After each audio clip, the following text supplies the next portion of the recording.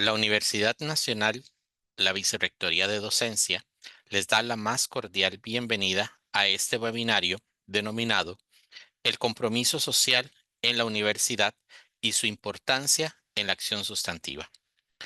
Este webinario estará a cargo de don Pablo Chaverri, quien es académico del INEINA, profesor de la División de Educación Básica del CIDE. En este momento se encuentra doctorando en psicología en la UNED de España. Posee un máster en ciencias cognitivas. Además es licenciado en trabajo social y tiene gran experiencia y vasta experiencia como investigador y ha realizado publicaciones a nivel nacional e internacional. Don Pablo, bienvenido. Bueno, muchas gracias a la Vicerrectoría de Docencia y a las personas que nos acompañan. Bueno, vamos a iniciar nuestra presentación. Ahí me indicas, Oscar, si ya se puede observar. Sí, ya estamos observando, Pablo. Adelante, por favor. Perfecto. Bueno, de nuevo, muchísimas gracias. Y bueno, vamos a realizar esta presentación sobre el compromiso social en la universidad y su importancia en la acción sustantiva. La pregunta generadora a la que trataremos de dar respuesta en esta presentación de más o menos una hora aproximadamente, para después dar paso hacia ahí preguntas y comentarios, sería la siguiente: ¿cómo a través del compromiso social la universidad responde a las demandas de la sociedad con propuestas conjuntas que faciliten su transformación? Vamos a tocar estos 7 puntos. En primera instancia, vamos a hablar un poquito sobre algunos fundamentos de la idea del compromiso social universitario. Luego, en segundo término, vamos a hablar sobre el compromiso social universitario y su relación con la acción sustantiva universitaria en sus diferentes dimensiones. En tercera instancia, vamos a hablar sobre transformar la docencia universitaria y la sociedad con la articulación de ambas. Luego, en un cuarto punto, vamos a ver un poquito la oportunidad del servicio comunal universitario. Luego, en una quinta instancia, vamos a hablar sobre por qué, ¿verdad?, es especial e importante trabajar con niñez y adolescencia, aunque es realmente importante trabajar con todos los grupos vulnerables. ¿Por qué tiene de especial hacerlo con la población menor de edad? En sexta instancia vamos a hablar del compromiso declarado o del paso del compromiso declarado al compromiso verificado y la necesidad de trabajar con base en evidencia. Y finalmente, pues vamos a plantear algunas, a manera de síntesis, algunas propuestas más concretas sobre cómo transformar la sociedad desde el compromiso social universitario en las diferentes instancias de la acción sustantiva. Bueno, vamos a empezar viendo algunos fundamentos de la idea del compromiso social universitario. Lo primero es que me parece que para comprender esta idea tenemos que remitirnos un poco a cuál es la naturaleza de los seres humanos. Y como todas y todos sabemos, tradicionalmente o típicamente durante mucho tiempo se entendió la naturaleza del ser humano como algo fundamentalmente orientado hacia la competición, hacia el egoísmo y hacia ver por los propios intereses. Se entendía el, digamos, instinto de sobrevivencia desde la perspectiva del individuo, ¿verdad? Y se planteaba que básicamente la sobrevivencia de los más fuertes era lo que la naturaleza privilegiaba, y que esto conducía, ¿verdad?, a una especie de mejoramiento de la especie. De hecho, este tipo de ideas fueron, por ejemplo, las que sostuvo Adolf Hitler para justificar muchas de las atrocidades que se cometieron en la Segunda Guerra Mundial y que todavía muchos supremacistas y racistas siguen manteniendo en muchas partes del mundo, ¿verdad?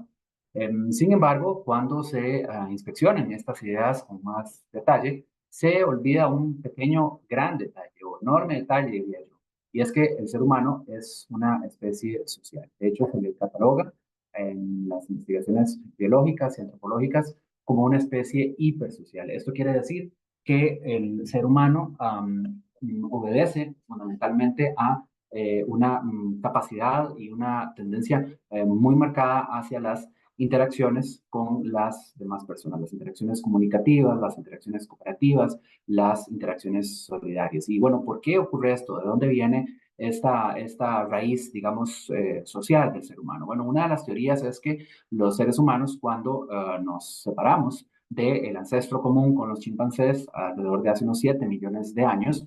Lo que daría, digamos, o la línea que dio origen a los chimpancés posteriormente, se quedaron en los árboles, mientras que la línea que dio origen a lo que después serían los Homo sapiens, fueron los que bajaron de los árboles, es decir, aquellos que se adentraron en la sabana africana y que básicamente empezaron a explorar territorios desconocidos. Esto implicó, entre otras cosas, el paso, ¿verdad?, de el caminar, digamos, en cuatro patas a el erguirse, evolutivamente hablando, la necesidad de ver, digamos, más allá en el horizonte, en el espacio, ¿verdad? Y algo fundamental, para sobrevivir en espacios desconocidos, la naturaleza habría privilegiado, la evolución y la selección natural habrían privilegiado fundamentalmente a aquellos individuos que tenían mejores capacidades cooperativas, es decir, aquellos que tenían mayor disposición, capacidad y habilidad para comunicarse con otros, cooperar con otros y trabajar con otros para conseguir la sobrevivencia del grupo como tal. Es decir, lo que hizo diferentes a los seres humanos de nuestros parientes más cercanos tiene que ver con nuestra naturaleza social. Y investigaciones recientes del Instituto Max Planck de Antropología Evolutiva sugieren que esta hipótesis se sostiene bastante bien. ¿Y cómo lo han verificado? Bueno, para hacer este tipo de verificaciones, lo que hacen es comparar las habilidades cognitivas de niños pequeños con las habilidades cognitivas de otros primates. Si esta hipótesis es cierta, entonces lo que marcaría una diferencia fundamental en los humanos versus otros primates serían las habilidades fundamentalmente de cognición social y no otro tipo de habilidades. Y en efecto, esto es lo que han encontrado. Cuando ponen a niños humanos de cualesquiera culturas a resolver tareas de cognición física, manipulación, comprensión y acción sobre el mundo físico, las diferencias con otros primates, por ejemplo, chimpancés u orangutanes, con los que compartimos mucho de nuestra genética, ¿verdad? Son muy pocas, ¿verdad? En algunos casos, de hecho, los chimpancés superan en habilidades de cognición física a los seres humanos. Pero cuando les ponen a hacer tareas de comunicación, cooperación y trabajo con otras personas, entonces allí sí se marca una gran diferencia y las habilidades de los niños pequeños superan por mucho a las de otros primates, cual apunta en la dirección de que nuestra especie es hipersocial, como han dicho algunos autores, debido a que ha sido, digamos, moldeada por la evolución para convertirse en una especie fundamentalmente cooperativa. De ahí que se haya planteado, por ejemplo, la tesis o la hipótesis de la inteligencia cultural, que lo que plantea es que no es, como creíamos en el pasado, que los seres humanos son simplemente más inteligentes que otros animales en todas las áreas, sino que lo que realmente marca la diferencia en los seres humanos es nuestra habilidad de cooperar con otros y de desarrollar inteligencia cultural, es decir, de nuestra capacidad de ponernos en contacto, de conectar nuestras mentes con las de otras personas y aprender de otras personas. Es allí donde verdaderamente se desarrolla una diferencia y es esta habilidad cooperativa y sociocognitiva la que daría pie a el desarrollo de la inteligencia y la superación de la inteligencia humana con respecto a otras especies en todas las demás áreas. Es decir, si no tenemos habilidades de cognición social, de cooperación social, de comunicación social, entonces nuestra inteligencia no se va a desarrollar mucho y esto es acreditado también por las investigaciones que señalan que los niños que crecen en condiciones de deprivación tienen problemas muy severos para desarrollar después inteligencias o habilidades en cualesquiera áreas, ¿verdad? Entonces, nuestra especie en ese devenir evolutivo durante millones de años, ¿verdad? Tuvo que apostar, ¿verdad?, a la cooperación y a la sobrevivencia del grupo más que a la de los individuos, ¿verdad? Esto hizo que, a diferencia de otras especies, donde los infantes se destetan de la madre muy temprano, en el caso de los seres humanos, esto no ocurre así, sino que ese destete, ¿verdad?, lleva muchísimo más tiempo y eso implica que entonces el grupo se hace más vulnerable y que la organización social del grupo tiene que girar en torno a el cuidado de los más pequeños. Y es esto, el cuidado intensivo, lo que permitiría a nuestra evolución, a nuestro metabolismo, a nuestra fisiología, enfocar los recursos en desarrollar un cerebro grande y potente y grandes habilidades de aprendizaje.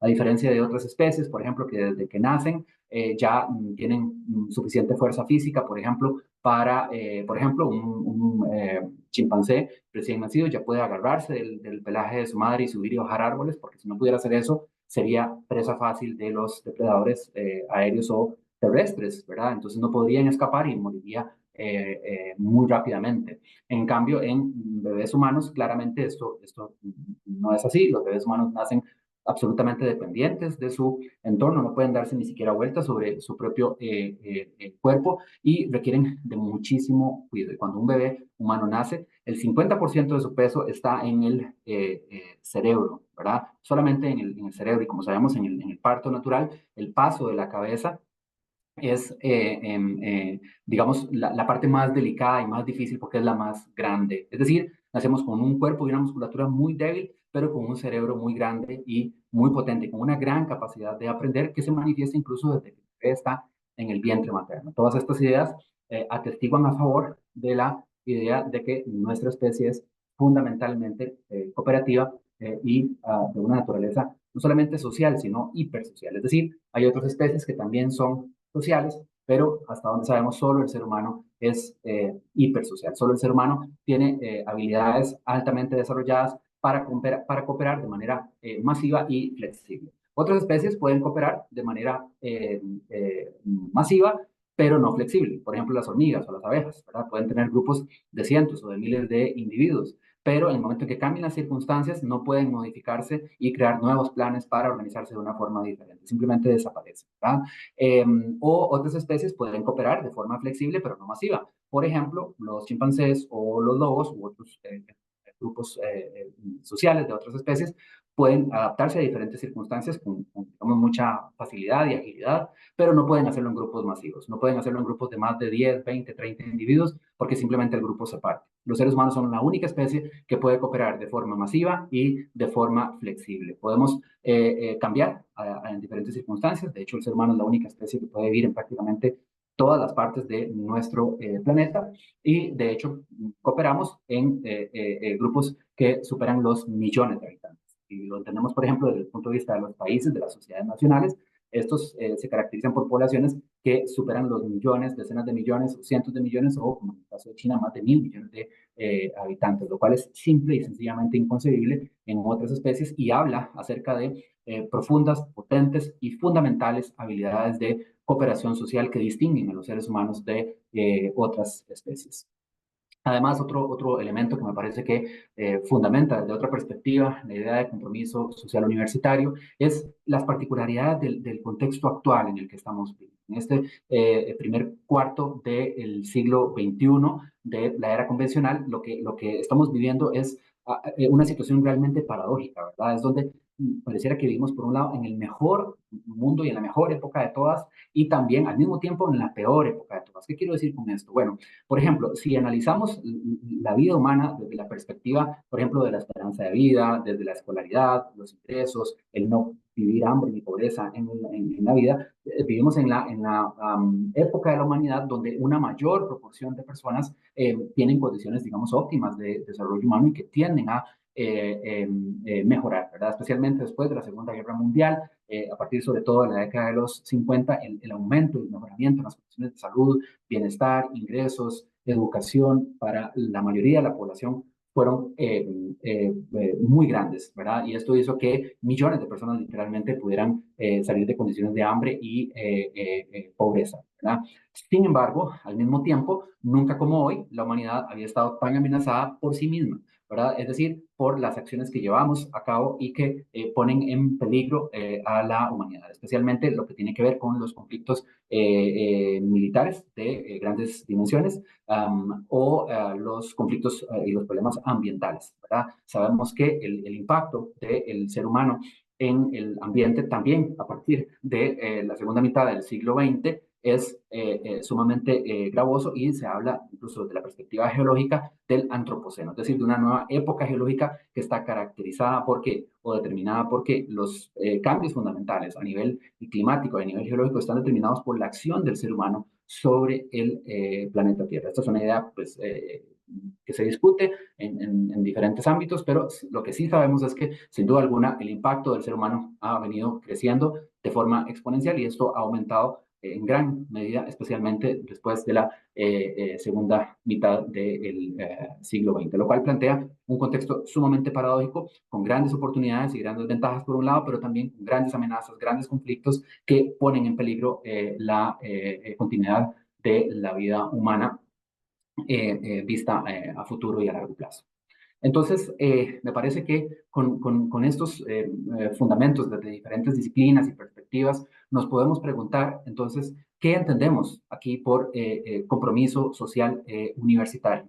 ¿Verdad? Y me parece que entonces deberíamos entenderlo desde la perspectiva de los fundamentos básicos de nuestra naturaleza, que son los de la hipersociabilidad, como dije antes. Esto llevaría entonces, en mi opinión, a redefinir la idea del compromiso social como algo que debe romper, digamos, con una visión, digamos, más simplista o más superficial, ¿verdad? Como lo que plantearía, por ejemplo, la visión tradicional de responsabilidad social corporativa, que es vista más desde una perspectiva, digamos, de imagen, desde una perspectiva de publicidad, desde una perspectiva de mercadeo social, pero no desde una perspectiva de compromiso social, que implicaría retomar lo mejor de nuestra naturaleza, eso que nos hace, digamos, específicamente humanos y comprometernos de verdad con esa idea para potenciarlo. Es decir, el hecho de que algo esté en nuestra naturaleza no significa que simplemente se vaya a desarrollar porque sí, sino que depende también de las decisiones que nosotros tomemos y de las acciones que nosotros hagamos a nivel individual, a nivel comunal, a nivel de sociedades. ¿Verdad? Sabemos que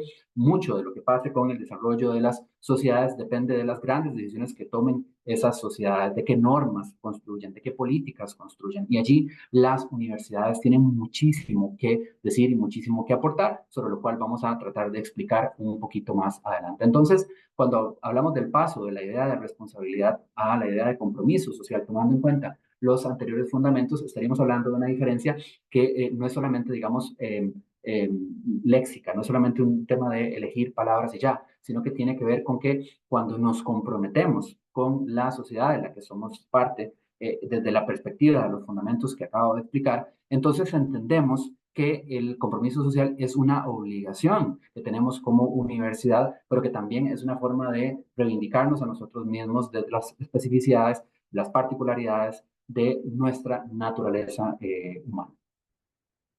Entonces, bueno, pasemos al segundo punto para hablar un poquito sobre el compromiso social universitario y la acción sustantiva universitaria.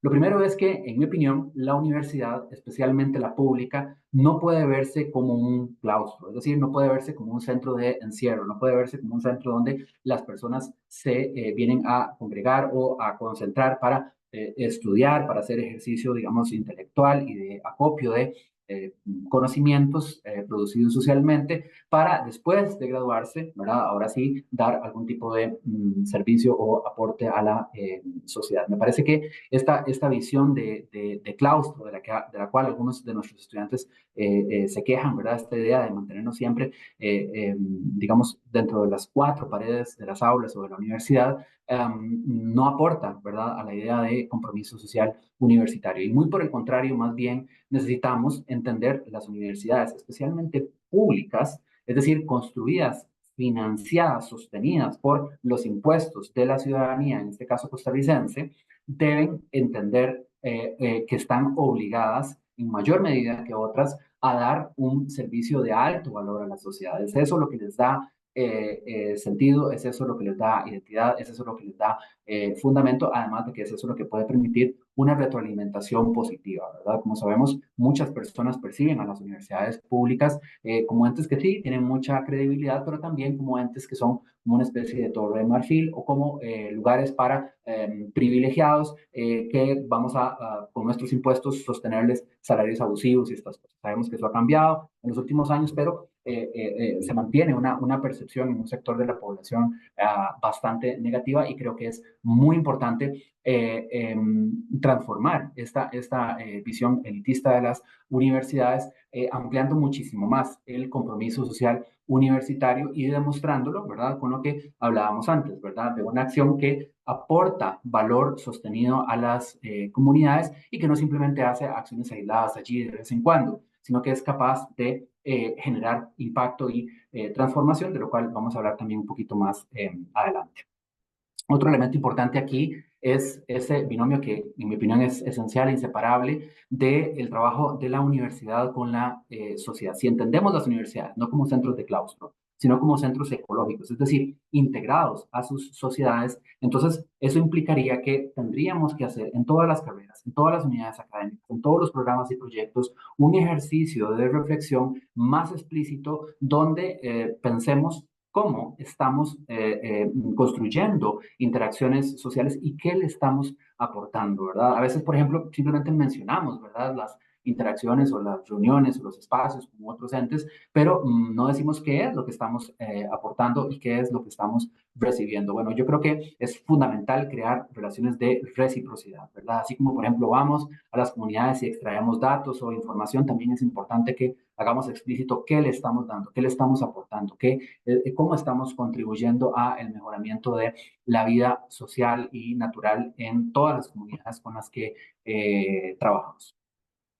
Otro punto importante aquí es que ciertamente estamos viendo un avance enorme de nuestras sociedades a nivel global e internacional hacia sociedades cada vez más basadas en el conocimiento especializado, en el conocimiento sofisticado, en el conocimiento de alta gama, ¿verdad? Esto plantea muchísimas oportunidades, pero también muchísimos peligros, ¿verdad? Y ciertamente, ¿verdad? Una de las oportunidades es que al acceder a la educación universitaria, entonces más personas podrían conectarse a las oportunidades que generan sociedades cada vez más basadas en el conocimiento especializado. Pero por otra parte, ¿verdad? Cuando muchos o amplios sectores de la población quedan fuera de esas oportunidades de acercarse a el desarrollo del conocimiento especializado, sofisticado, avanzado en cualquier área de conocimiento, pues entonces esos sectores arriesgan ser excluidos de las oportunidades y condiciones para mejorar sus vidas y construir proyectos de vida sostenibles, positivos para sí mismos y para los demás. Otro elemento es que toda acción sustantiva universitaria debería entonces interrogarse y evaluarse por su grado de compromiso y eficacia. Y en esto yo creo que como Universidad Nacional y en general las universidades públicas en nuestro país todavía tienen un punto pendiente en su agenda, ¿verdad? Por ejemplo, la evaluación típica que hacemos es la evaluación del informe de labores, ¿verdad? ¿Qué acciones llevamos a cabo? Y las podemos enumerar, ¿verdad? O podemos incluso decir cuántas personas beneficiamos, pero podemos decir muy poco sobre el impacto o la transformación que llevamos a cabo. Entonces, considero que el punto esencial acá es convertir la idea de compromiso social ligada a la transformación social en algo que debemos evaluar y no solamente declarar, digamos, como un discurso o como una posición ideológica. Desde la perspectiva más específica de la docencia universitaria, en mi opinión, hay muchas oportunidades para mejorar la articulación entre ambas instancias, ¿verdad? La docencia universitaria y la sociedad. Como sabemos, las universidades públicas somos reconocidas fundamentalmente por las acciones de docencia, ¿verdad? Y muchas personas creen, de hecho, que lo único que hacemos es eh, dar clases y graduar personas en diferentes disciplinas, ¿verdad? Sabemos que eso para nada es la única acción que llevan a cabo las universidades, pero sin duda alguna es una de las más importantes y es una que se debe hacer con altos niveles de excelencia, ¿verdad? Entonces creo que acá, en el ámbito de la docencia universitaria, hay también muchas oportunidades de transformación e impacto social si entendemos también la articulación entre la docencia y la sociedad. Una primera instancia de vinculación, en mi opinión importante, es la que se puede dar entre docencia e investigación. Y me parece que aquí es fundamental que nuestras universidades públicas en general y la Universidad Nacional, desde su visión de universidad necesaria, debe buscar fortalecer. Estoy hablando de la producción, pasar de la producción a la enseñanza del conocimiento. Si revisamos la mayoría de nuestros programas de cursos, casi todos ellos, la mayor parte de su bibliografía es bibliografía realizada en otros contextos, en otras sociedades, con, digamos, poca participación de nuestros académicos o de producción propia de la Universidad Nacional. Esto hablaría en contra, digamos, de la pertinencia o del ajuste de los conocimientos a la realidad particular del contexto costarricense en el cual se encuentra nuestra universidad. Entonces, me parece que es fundamental entender la importancia de vincular de forma más explícitamente la docencia con la investigación, porque entre más vinculación haya entre la docencia y la investigación, entonces más actualizados van a ser nuestros cursos y también mejor va a responder la investigación a necesidades de conocimiento de los estudiantes, de la disciplina y particularmente del contexto social y físico de Costa Rica. Un segundo punto de oportunidad de transformación de la docencia está en el vínculo entre la docencia y la extensión. Para mí, lo que tiene que ver con el paso de la enseñanza formal a la aplicación del conocimiento. Y aquí, concretamente, veo dos oportunidades significativas en específicamente la investigación, acción participativa y el aprendizaje en servicio solidario, ¿verdad? Me refiero a las acciones en las cuales los cursos y los proyectos y actividades de docencia buscan articular sus contenidos y sus objetivos con necesidades concretas, con necesidades reales, con necesidades sentidas por las comunidades, particularmente por los grupos más vulnerables dentro de las comunidades en todo el país. Como lo plantean los procesos de investigación, acción participativa, entonces se investiga para diseñar acciones que sean pertinentes a determinadas realidades y se hace de forma participativa, es decir, involucrando lo más posible a los actores de las comunidades con las que se trabaja.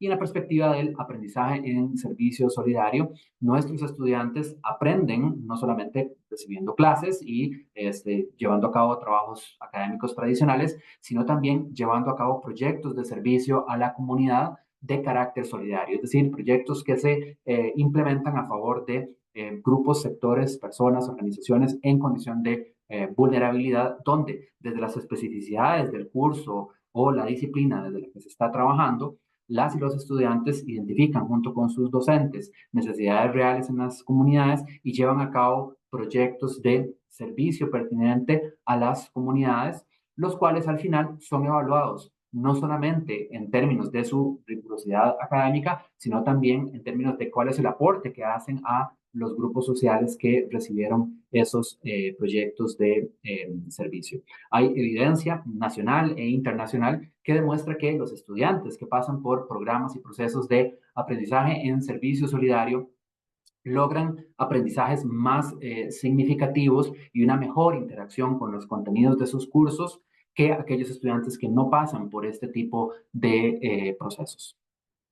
Otro punto importante es que, como sabemos, se nos conoce muchísimo por la formación y graduación de profesionales. Sin embargo, me parece que aquí también, desde la perspectiva del compromiso social universitario, en mi opinión, tenemos un punto pendiente en la agenda y es el que tiene que ver con qué le estamos aportando a la sociedad. Por ejemplo, tenemos un perfil del graduado definido, pero por lo menos yo hasta el día de hoy no he podido encontrar informes o documentos que detallen o describan o caractericen cuáles son las características que obtienen nuestros graduados en su perfil y cuál es la relación con el perfil teórico del graduado. Es decir, hay un perfil descrito formalmente, pero en mi opinión todavía no estamos evaluando lo suficiente en qué tanto se parecen los graduados a ese perfil esperado. Además, también tenemos que tener la capacidad no solamente de graduar personas, sino también de acreditar conocimiento. Y esto es un tema de responsabilidad y de compromiso con la sociedad, porque entonces yo no solamente estoy dando, digamos, un diploma, un título o un cartón que dice esta persona cumplió con tales o cuales requisitos, sino que además soy capaz de decir qué es lo que sabe hacer. o qué es lo que no saben, ¿verdad? Cuando podemos describir ese perfil con detalle o cuando lleguemos a ser capaces de hacer eso, me parece que estamos entonces ejerciendo mayor responsabilidad y mayor compromiso porque le estamos diciendo a la sociedad, esto es lo que posee y lo que no posee cada uno de nuestros graduados, o este es el grado en el cual lo posee esta persona que le hacen acreedora a este determinado título, ¿verdad? Es decir, necesitamos pasar de una evaluación de los aprendizajes enfocada en cuáles son esos aprendizajes y no solamente, ¿verdad?, hacer mediciones estadísticas, digamos, vacías de contenido, sino que debemos ser capaces de describir con detalle cuáles son las habilidades y destrezas que poseen nuestros graduados y no simplemente asumirlas porque aprobaron cursos y listo, ¿verdad? Todo lo contrario, debemos pasar a un modelo de evaluación y esto debería impregnar todos los niveles educativos donde seamos capaces de caracterizar con detalle qué es lo que pasa con los aprendizajes, habilidades y conocimientos de nuestros estudiantes en todas las áreas que se espera que obtengan cuando se gradúan. En mi opinión, esto podría generar no solamente graduados con un perfil más sólido, sino también generar insumos para mejorar nuestros procesos formativos en todos los niveles y en consecuencia mejorarlos para dirigirlos cada vez más a acercarse a altos objetivos y expectativas, no solamente en cuanto a conocimientos, sino también en cuanto a valores, en cuanto a actitudes, en cuanto a la capacidad precisamente de comprometernos con la sociedad. Creo que aquí estamos hablando entonces de tomarnos en serio el concepto de transformación social. Este es un término que se utiliza muchísimo en el contexto universitario, particularmente en nuestra institución, y eso me parece fantástico. Sin embargo, me parece que también aquí hay una oportunidad de mejora y es entender qué, cómo, qué tanto y dónde o no estamos haciendo transformación social. ¿Qué significa transformación social? ¿Cómo es que se supone que la llevamos a cabo? ¿Qué tanto lo estamos logrando o no en cada una de las personas con las que trabajamos, nuestros estudiantes, las comunidades, la sociedad costarricense como un todo, ¿verdad? Entonces, en mi opinión, esto pasa por el tema de la evaluación, ¿verdad? No podemos simplemente hablar de transformación, sino que tenemos que ser capaces de explicar y demostrar qué tipo de transformaciones estamos logrando o no y reportarlo pública y transparentemente a la sociedad. En este sentido, visualizo una gran oportunidad para la Universidad Nacional, algo que puede potenciar, si lo hacemos bien, grandemente el accionar de nuestra universidad con respecto a la sociedad costarricense. Me refiero al servicio comunal universitario o lo que en otras universidades se llama el TCU o trabajo comunal universitario, ¿verdad? Donde se tienen que hacer en las universidades privadas 150 horas, en la Universidad de Costa Rica 300 horas, de servicio a la comunidad como un requisito de graduación. Como sabemos, esto todavía no existe en la Universidad Nacional, sin embargo, ya hay iniciativas lideradas por la Vicerrectoría de Extensión, donde se está valorando y desarrollando un programa para poder desarrollar esta iniciativa a nivel de nuestra institución y, insisto, si lo hacemos bien, entonces crear un espacio, un escenario más de acción y de fortalecimiento de nuestra presencia y actividad en las comunidades más vulnerables. Al respecto, quisiera hacer algunas acotaciones brevemente. Lo primero es que me parece fundamental que veamos el futuro de la sociedad más allá de las nuevas tecnologías de información y comunicación. Sin duda alguna que la inteligencia artificial, las tecnologías que estamos utilizando en este momento basadas en Internet, que nos permiten comunicarnos de forma remota y conectarnos en un espacio cibernético de forma simultánea, son una maravilla y una gran oportunidad. Sin embargo, las personas necesitamos vernos e interactuar cara a cara, ¿verdad? Creo que la pandemia nos demostró la importancia fundamental que tienen estas interacciones desde la perspectiva de lo presencial y de lo situado. Entonces, yo creo que es fundamental reivindicar la importancia de las acciones presenciales y el sentido situado de comunidad que se construye en el terreno, con las personas, en tres dimensiones, de forma real, no virtual. Y allí es donde creo que tenemos que fortalecer muchísimo más nuestra presencia y si logramos aprobar como institución un programa de servicio comunal universitario, creo que tenemos una gran oportunidad para mejorar cuantitativa y cualitativamente nuestra presencia, nuestra acción y nuestro impacto en las comunidades más vulnerables de Costa Rica. Esto implica, por supuesto, entonces lo que decíamos antes, salir de esa visión de claustro, esa visión de cuatro paredes, que es fundamental, ¿verdad? Donde lo que propongo no es que dejemos de hacer actividades académicas o leer libros, para nada, al contrario. Lo que digo es que hagamos ese trabajo, pero siempre teniendo, digamos así, un pie dentro de la universidad y otro pie en las comunidades, donde tengamos un compromiso con los sectores más vulnerables de forma permanente. Crear un programa de servicio comunal universitario nos permitiría tener presencia permanente todo el año, todos los años en comunidades donde podríamos entonces empezar a aspirar a crear impacto y valor agregado a largo plazo y ver ahí sí transformaciones precisamente por esa presencia continua de nuestros estudiantes y nuestros académicos y funcionarios.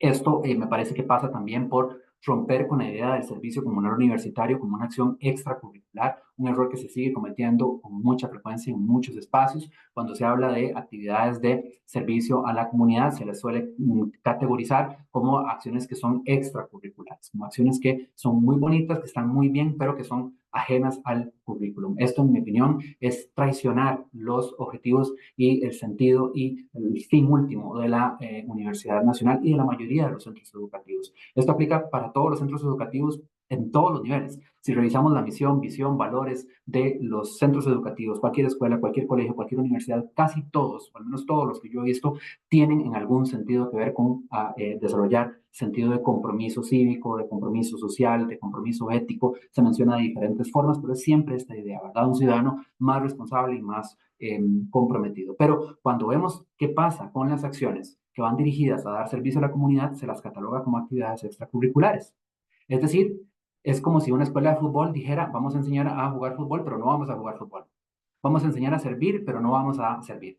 Esto no puede ser, esto hay que transformarlo y las iniciativas que mencioné anteriormente, como el aprendizaje en servicio solidario o la investigación en acción participativa, bien hechas, pueden ayudarnos a fortalecer significativamente la articulación curricularizada del servicio comunal universitario como estrategia que es al mismo tiempo de formación integral de nuestros estudiantes y de mejorar nuestro compromiso social universitario, demostrando su impacto en proyectos y acciones concretas. Esto significa entonces que estos programas y procesos de servicio comunal universitario se deben evaluar no solamente por tiempo, por cantidad de horas de servicio, sean 150 o 200 o 300 o más.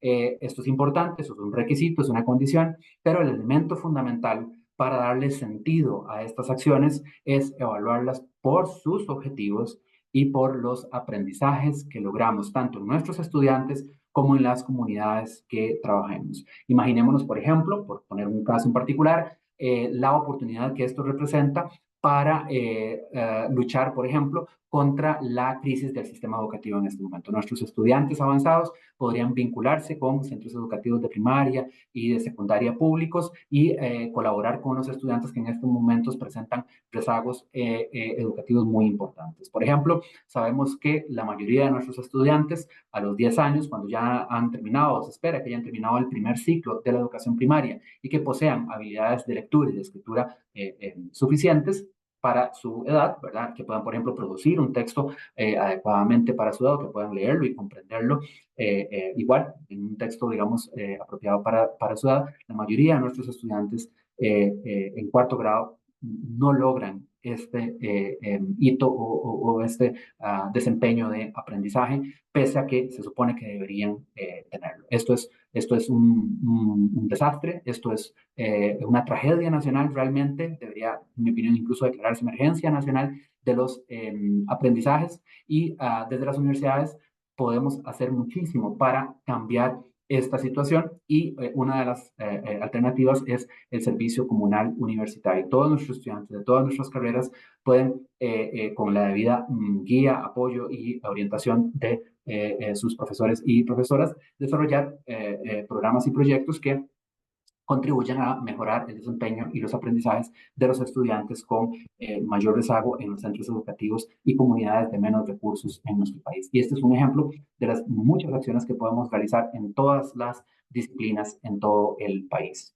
Recordemos que tenemos más de 20,000 estudiantes y que si todos ellos y ellas deben realizar un programa de servicio a la comunidad como parte de sus requisitos de graduación y su perfil de graduación, entonces tendríamos también una capacidad de mucha mayor presencia continua en las comunidades más vulnerables del país. Si lo hacemos bien, no tengo duda de que esto podrá incrementar nuestro impacto social como universidad. Luego quería hacer una anotación específica sobre la población con la que yo trabajo. No es porque yo piense que solamente hay que trabajar con esta, ni mucho menos. Hay que trabajar con todas las poblaciones y grupos vulnerables. Pero quisiera hacer una anotación de por qué es que hay que prestar especial atención a la niñez y la adolescencia. Y eso tiene que ver con los fundamentos de lo que explicaba anteriormente. La forma en la que el ser humano se desarrolla es que, a diferencia de otras especies, tenemos un periodo de inmadurez muy, muy grande. Se calcula que la madurez humana llega hasta los 25 años, es decir, que la adolescencia, digamos entendido, ¿verdad?, como un proceso de inmadurez, termina cerca de los 25 años, lo cual implica que tenemos un proceso formativo sumamente largo, ¿verdad?, donde hay una gran oportunidad, es decir, que tenemos una gran plasticidad neuronal, es decir, una gran capacidad de aprendizaje que es mayor en los primeros años de vida. Y como abundante evidencia lo señala, lo que hacemos en los primeros años de vida tiene un impacto muy significativo en las personas. Es para mí como cuando vemos, por ejemplo, el cemento fresco, ¿verdad? Si haces una marca en ese cemento fresco, después se va a quedar a largo plazo. Ya después, cuando ese cemento se seca, también puedes hacer modificaciones, pero son mucho más costosas y mucho más difíciles, ¿verdad? Nunca como en la niñez y la adolescencia tenemos o esos altos niveles de plasticidad y flexibilidad y de aprendizaje que nos permiten con mayor facilidad adquirir múltiples habilidades. El ejemplo, digamos, más clásico es el del lenguaje, ¿verdad? Nunca como en la niñez para aprender un nuevo lenguaje. Si queremos, por ejemplo, que Costa Rica avance en el bilingüismo, no nos podemos esperar a la juventud o la adultez. Tenemos que empezar a trabajar desde primera infancia y entre más temprano lo hagamos, mejor para este desarrollo de habilidades y destrezas. También tenemos que la evidencia muestra que los primeros años son cruciales y que el retorno de la inversión social es mayor conforme más temprano en la vida se hace. Varios estudios económicos, entre ellos los del Premio Nobel de Economía James Heckman, han demostrado que entre más temprano en la vida se hace la inversión social, mayores son los niveles de retorno. Y al contrario, entre más tardíamente llegamos en la vida de las personas, más bajos tienden a ser esos retornos de la inversión social. Es decir, si queremos hablar de verdad de transformación social, necesariamente tenemos que hablar de lo que pasa en la niñez y la adolescencia, que es cuando mayor plasticidad tenemos y cuando mejores capacidades para aprendizaje tenemos los seres humanos. Otro elemento fundamental es entender que cerca del 75% del crecimiento económico, como lo ha demostrado Hanshek, se explica por el nivel educativo de la población. Hay una relación directa y potente entre los niveles de aprendizajes medidos en pruebas estandarizadas versus los niveles de crecimiento económico que logra una sociedad. Es muy importante entender que no se pueden lograr esos altos niveles de desarrollo económico si no hay debajo de ellos un alto nivel educativo de la población. Pero tampoco se pueden lograr altos niveles educativos en la población si no invertimos adecuada, integral y oportunamente en toda la etapa de la niñez y la adolescencia, donde se sientan las bases de lo que ocurrirán en los siguientes años de nuestra vida. Esto nos lleva a una idea que ya he mencionado anteriormente, pero que quisiera hacer ahora de forma más específica, y es la necesidad, en mi opinión, de pasar del compromiso declarado a el compromiso verificado. Es decir, la urgencia de trabajar con base en evidencia científica de la mayor calidad posible, para poder ya no solamente hablar de transformación social, sino verificarla, medirla, evaluarla, comprenderla con precisión, investigando nuestras propias acciones.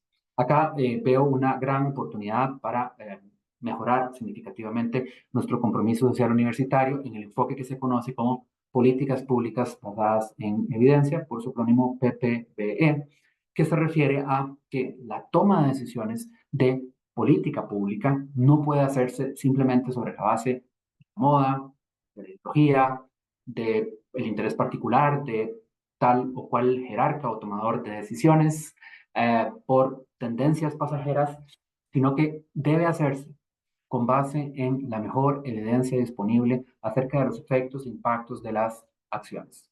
Esto es algo difícil de hacer, eso es algo costoso, esto es algo complejo, eso es algo que requiere una gran habilidad y capacidad de investigación. Pero al mismo tiempo es, en mi opinión, una de las oportunidades más grandes que pueden tener las universidades para generar incidencia y transformación en las sociedades. Como lo sabemos, las políticas públicas marcan enormes diferencias en lo que pasa con las sociedades. Las políticas públicas correctas hoy nos pondrán mañana a la cabeza en diferentes indicadores de diferentes tipos de o formas de desarrollo económico, social, humano, cultural, político, ambiental, etcétera. Pero equivocarnos en políticas públicas nos puede llevar a desastres. Lo que pasa es que estos procesos suelen verse más en el largo plazo y nuestros ciclos político-electorales son más cortoplacistas. Y esto hace que nos cueste ver, digamos, más allá de la frontera de las administraciones cuatrienales, en el caso costarricense. Pero las grandes transformaciones sociales llevan muchísimo más tiempo y, como dicen, la procesión va por dentro. Es decir, son ese tipo de transformaciones que ocurren, de hecho, en las políticas públicas, pero que se van, digamos, cociendo poco a poco y que llevan años, décadas, mucho tiempo para desarrollar instituciones, para desarrollar programas y proyectos, para desarrollar políticas y ver sus impactos en la población. Esto significa que entonces, además de evaluar con rigurosidad y cientificidad, también necesitamos, en consecuencia, evaluar de forma ya no solamente transversal, dado, sino también hacer estudios longitudinales, es decir, estudios a largo plazo para ver qué es lo que pasa con las políticas públicas, ya no en el plazo de 1, 2, 4 años, sino estoy hablando de 5, 10, 15, 20 años. Y ya existen algunos estudios, no solamente en los países nórdicos y escandinavos o europeos, Estados Unidos, Canadá, Nueva Zelanda, Australia, lo que llamamos el gran occidente o el norte global, sino que también tenemos ya algunos estudios en América Latina específicamente. Por ejemplo, se han hecho estudios para ver qué pasa con las inversiones en primera infancia cuando esos niños se convierten en adultos 20, 25, 30 años después. Y los resultados son realmente impresionantes. Lo que ha encontrado la evidencia es que aquellos niños que reciben estimulación, apoyo y asesoría a sus padres en métodos de crianza positiva en los primeros años de vida, es decir, en la primera infancia de estos niños, cuando crecen y se convierten en adultos, tienen ingresos cerca de un 25% superior a sus pares que no recibieron este tipo de atención a través de estimulación temprana y atención a sus padres y sus madres en métodos de crianza positiva. Es decir, se mueven, literalmente avanzan o se mueven de un estrato bajo a un estrato medio de ingresos, aumentan sus niveles de educación y también disminuyen problemas de salud física, de salud mental, así como involucramiento en actividades problemáticas como por ejemplo actividades criminales o de consumo de drogas. Y además también mejoran sus relaciones interpersonales y la estabilidad en sus vínculos personales, familiares y de todo tipo. Es decir, se logran resultados realmente espectaculares cuando podemos analizar la evidencia a largo plazo. Pero esto requiere, insisto, de transformaciones que no sean de un año a otro, sino que requieren de mayor permanencia y persistencia en el tiempo. También es importante generar en este sentido evidencia sobre el aprendizaje de nuestros estudiantes. Como dije antes, creo que eso es una asignatura pendiente, creo que eso es un tema donde estamos todavía débiles como universidad, pero creo que esto también ocurre en la mayor parte de las universidades. Se gradúan personas, pero no podemos detallar cuáles son los conocimientos que poseen o que no poseen. Hacemos un examen de admisión cuando entran los estudiantes, pero no hacemos exámenes a la salida que nos permitan catalogar, medir, ponderar qué es lo que pasa con su inteligencia, su razonamiento, sus conocimientos, sus destrezas, sus herramientas, sus valores, sus actitudes cuando se gradúan de la universidad. Y esta evaluación de salida, e incluso la evaluación de nuestros graduados en ejercicio, es fundamental para comprender cuál es nuestro impacto en la sociedad desde la perspectiva de la docencia y la graduación de profesionales en todos los niveles y todas las disciplinas que tenemos. Luego, otro elemento importante creo que es el de reconocer que con la ampliación de las redes sociales y de las comunicaciones virtuales, ¿verdad? De pronto todos tienen opinión y eso está bien, ¿verdad? Todo el mundo debe tener derecho a la opinión, pero es muy importante, incluso crucial, diría yo, aprender a distinguir entre aquellas opiniones que cuentan con fundamento y se verifican sistemáticamente versus aquellas que no lo hacen. No es posible, no es correcto confundir democracia con creer que todas las ideas valen lo mismo, con creer que vale lo mismo quien dice que la Tierra es redonda versus quien dice que la Tierra es plana.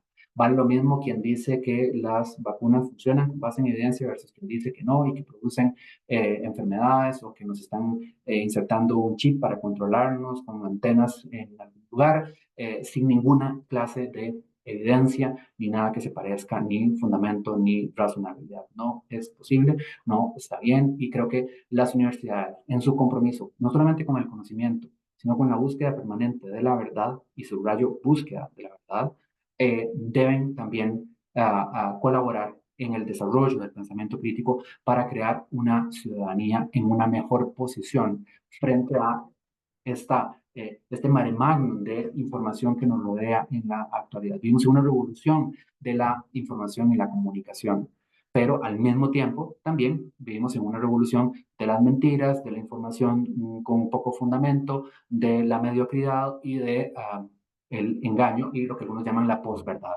Esto se puede atacar también con educación y una educación no solamente para memorizar y repetir, sino una educación para pensar, para investigar, para analizar, para verificar sistemáticamente nuestras propias creencias y para someter a cuestionamiento todas las ideas y toda la información que recibimos. Creo que la ciudadanía del presente y del futuro puede mejorar muchísimo si como universidad contribuimos a esta distinción entre creencia y opinión, entre algo que ha sido verificado sistemáticamente versus algo que no lo ha sido. Esto, en mi opinión, también pasa por eh, avanzar más hacia convertirnos no solo en una universidad que consume conocimiento producido por otros, sino en una universidad que produce conocimiento. Me parece que hay que articular muchísimo más el trabajo de nuestros institutos a el trabajo de nuestras unidades académicas de docencia. En muchos casos, los institutos van por un lado y las unidades de docencia van por otro. Yo creo que esto no está bien, yo creo que esto debe transformarse y modificarse. Y también creo que nuestros programas de posgrado, especialmente nuestros programas de doctorado, no pueden seguir enfocados en dar un montón de cursos y ya, sino en formar y desarrollar investigadores de alto nivel y de alto desempeño, donde la graduación esté determinada por la capacidad de la persona de producir investigación científica de alto nivel en cualquiera que sea el campo en que esta persona se gradúe. Esto nos puede llevar a convertirnos entonces en universidades en mayor capacidad de producir y verificar su propio conocimiento y no solamente, ¿verdad?, consumir, reproducir y enseñar conocimientos que fundamentalmente han sido creados en otros contextos que no necesariamente responden a las realidades particulares de nuestro contexto, como lo demuestra evidencia importante de la conexión entre cultura y cognición. No podemos hablar de que las habilidades cognitivas humanas sean iguales en todos los contextos, sino que son sensibles a las diferencias culturales en diferentes aspectos, ¿verdad? Como las condiciones socioeconómicas, los valores, las normas, las creencias, los estilos de crianza, por poner algunos ejemplos. Alguna de nuestra investigación en procesos de crianza y socialización reflejan estas diferencias, ¿verdad? Hay distinciones entre el desarrollo de las personas de acuerdo a sus contextos sociales y culturales. Y si entendemos, por ejemplo, el desarrollo del ser humano sin articularlo a su contexto, podríamos estar enseñando, de hecho, conocimiento equivocado o conocimiento que no es, digamos, ajustado a la realidad en la que se encuentra un determinado ser humano o un determinado grupo humano. Entonces, y ya con esto termino, en síntesis, ¿cómo transformar la sociedad desde el compromiso social universitario? Bueno, yo creo, primero que todo, que estamos en una posición privilegiada como universidad. Es fundamental, en mi opinión, que comprendamos esta posición privilegiada. Como universidad tenemos esa posibilidad de dedicarnos a eso que es nuestra materia prima, que es el conocimiento. Otras instituciones, ¿verdad? En el día a día de la atención de casos, de la resolución de problemas, no pueden, como nosotros, dedicarse a producir, enseñar y difundir conocimiento. Nosotros sí tenemos esa posibilidad. Entonces creo que todo lo que he dicho pasa por comprender este principio fundamental. La materia prima de las universidades es el conocimiento. Y si somos capaces de desarrollar habilidad para producir conocimiento, vamos a potenciar significativamente nuestro quehacer en todas las áreas. Entonces, ¿cómo potenciar el compromiso social universitario desde la docencia? Bueno, como dije antes, articulando la docencia con la investigación y con la extensión, desarrollando programas de docencia que articulen sus acciones didácticas con acciones de servicio a la comunidad que evalúan no solamente el aprendizaje de los estudiantes o la rigurosidad de los proyectos desde el punto de vista técnico, científico, académico, sino también desde el punto de vista de qué valor le están aportando a las comunidades. Esto se puede hacer y de acuerdo a mi propia investigación hemos encontrado que los estudiantes que se involucran en acciones de servicio a la comunidad aprenden más y mejor que aquellos que lo hacen de forma tradicional en cuatro paredes nada más. ¿Cómo podemos transformar la sociedad desde el compromiso social universitario, específicamente en la investigación? Bueno, creo que primero que todo, comprendiendo que es fundamental que nuestra universidad sea sólida en investigación. No se puede hacer universidad sólida sin ser fuertes en esa base de todas las demás acciones sustantivas, que es la investigación. Si quiero ser un buen docente, tengo que ser un buen investigador. Si quiero ser un buen extensionista, tengo que ser un buen investigador. Si quiero ser un buen productor de conocimiento, tengo que ser buen investigador. No puede un académico de nuestra universidad ser débil en investigación y lamentablemente eso en algunos casos es una situación, digamos, compleja y problemática. Debemos subir el perfil de nuestros académicos en investigación en general. En la Universidad Nacional ya hay fantásticos investigadores a los cuales admiro y respeto profundamente, pero creo que no es la totalidad de nuestra población académica y todo académico debe ser sólido, fuerte y eficaz en investigación. Por eso creo que esta es un área esencial para impactar en todas las demás, también por todo lo que dije antes acerca de las características del quehacer universitario y de sus posibilidades de mayor fortalecimiento. También creo que desde la investigación podemos generar más conocimiento sobre nuestro propio quehacer, podemos generar más conocimiento sobre la realidad de nuestras comunidades, sobre la realidad de diferentes problemáticas que afectan a nuestra sociedad en todos los ámbitos en los que trabaja la Universidad Nacional, que tiene esa gran virtud y esa gran cualidad de ser amplia, de ser diversa, de tener múltiples áreas de conocimiento. Bueno, yo creo que todo proyecto de investigación debe empezar preguntándose no solamente cuál es su objetivo y su pregunta, sino qué vamos a aportar, cómo este conocimiento va a contribuir a mejorar las cosas para las comunidades en particular, así como para la sociedad en su conjunto. Por ejemplo, en el nuevo sistema de información académica, de hecho, y esto me parece muy bueno, se pueden anotar, ¿verdad?, los objetivos de desarrollo sostenible con los cuales está articulado el proyecto, pero no hay ningún espacio para explicar cuál es la relación o cómo es que ese proyecto va a buscar cumplir con esos objetivos de desarrollo sostenible y esa, creo yo, es una debilidad.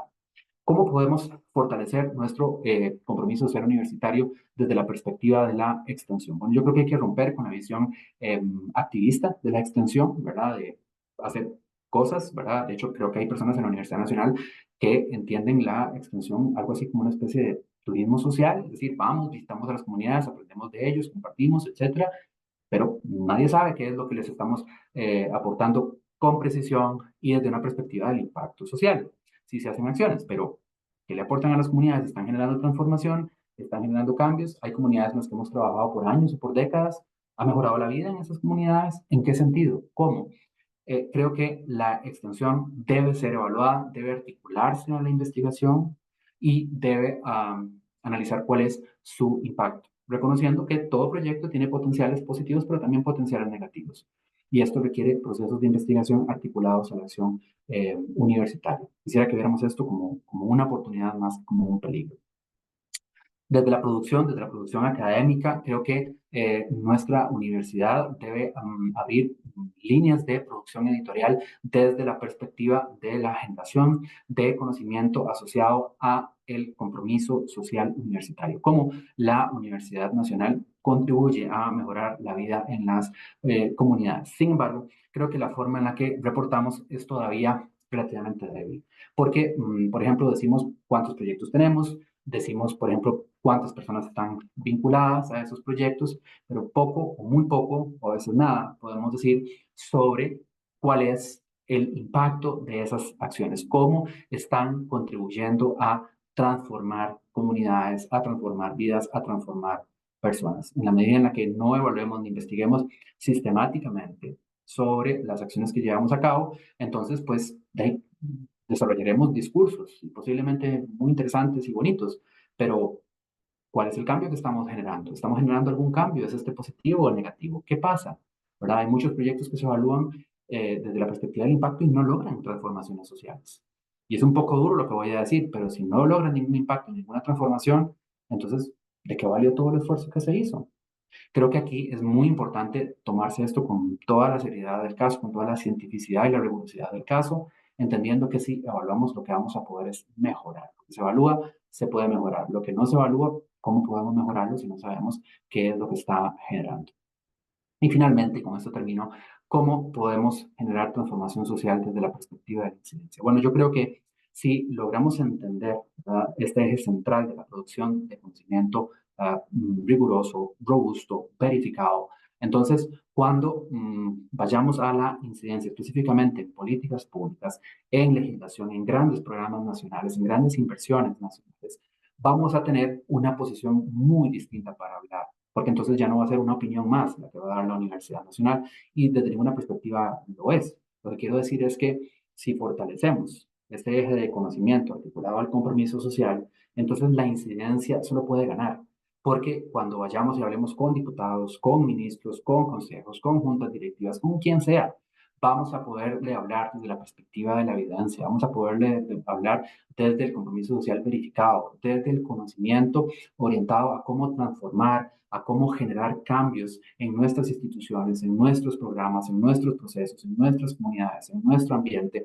en diferentes tipos de contextos de acuerdo a lo que hemos investigado. Esto requiere una forma de pensar, en mi opinión, entonces diga la investigación básica con investigación aplicada. Hay algunos que ven esto como dos cosas separadas, ¿verdad? Yo creo que debemos articular y acercar, debemos hacer investigación básica, investigación teórica, sin duda alguna, pero también debemos ver cómo podemos relacionarla con la investigación aplicada y con la investigación orientada hacia la búsqueda de respuestas pertinentes y eficaces a los problemas que vive nuestra sociedad costarricense. Yo creo que estamos en una posición privilegiada para dar respuestas a las necesidades del desarrollo nacional y que esto nos puede hacer o nos puede convertir en una institución muchísimo más comprometida socialmente.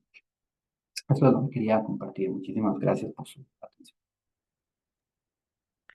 Muchísimas gracias, Pablo, por tan interesantes pensamientos, ¿verdad? Y análisis que has hecho. Quisiera saber si hay alguien en la audiencia que desea compartir sus impresiones o tiene alguna pregunta para Pablo, que pueden abrir el micrófono y la cámara, por favor.